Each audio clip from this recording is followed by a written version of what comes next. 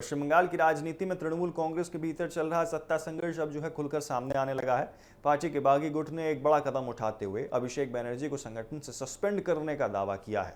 इसके साथ ही ममता बनर्जी की जगह वरिष्ठ नेता अरूप रॉय को यहाँ चेयरमैन घोषित किया गया है और कमेटी के गठन का ऐलान यहाँ पर किया है। इस घटनाक्रम ने राज्य की राजनीति में हलचल उसको और तेज कर दिया। तृणमूल कांग्रेस के भविष्य को लेकर नई चर्चाएं शुरू हो गई हैं। कलकत्ता के न्यू टाउन स्क्वायर स्थित होटल में एक आयोजित बैठक में पार्टी के जितने भी असंतोष नेता हैं और पूर्व जनप्रतिनिधि हैं उन्होंने हिस्सा लिया। बैठक में मौजूद नेताओं ने दावा किया कि संगठन में लंबे समय से चल रही नाराजगी और नेतृत्व को लेकर असहमति के कारण ये फैसला लिया गया है। बैठक में कई पूर्व पार्षद, पूर्व जनप्रतिनिधि और वरिष्ठ नेताओं की मौजूदगी ने इस घटनाक्रम को और भी महत्वपूर्ण बना दिया है। सबसे ज्यादा चर्चा इस बात की हो रही है कि कार्यक्रम स्थल पर तृणमूल कांग्रेस का चुनाव चिन्ह तो मौजूद था, लेकिन ममता बनर्जी की तस्वीर या उनके नाम का कोई उल्लेख नहीं था।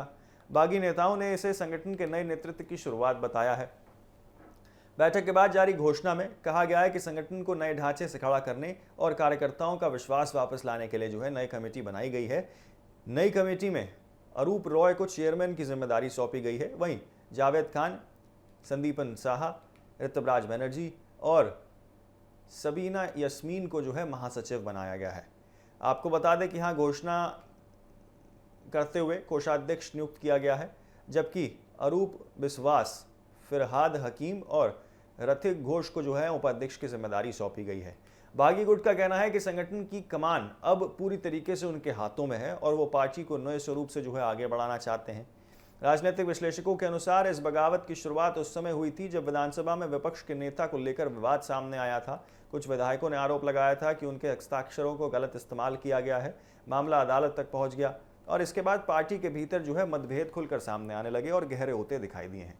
धीरे धीरे कई नेता ममता बनर्जी के खेमे से दूरी बनाकर एक अलग गुट बनाने के साथ वो जुड़ गए हैं।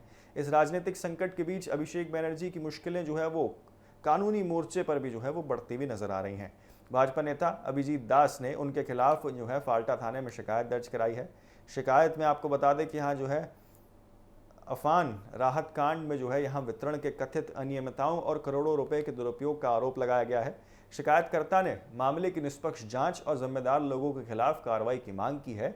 इन आरोपों में अभिषेक बनर्जी के अलावा उनके करीबी सहयोगी के भी नाम वो शामिल किए गए हैं। हालांकि इन आरोपों पर संबंधित पक्ष की ओर से अब तक कोई भी आधिकारिक प्रतिक्रिया सामने नहीं आई है।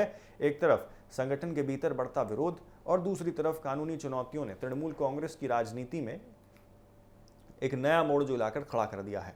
आने वाले दिनों में ये संघर्ष पश्चिम बंगाल की राजनीति की दिशा तय करने में बहुत ही अहम भूमिका वो निभा सकता है।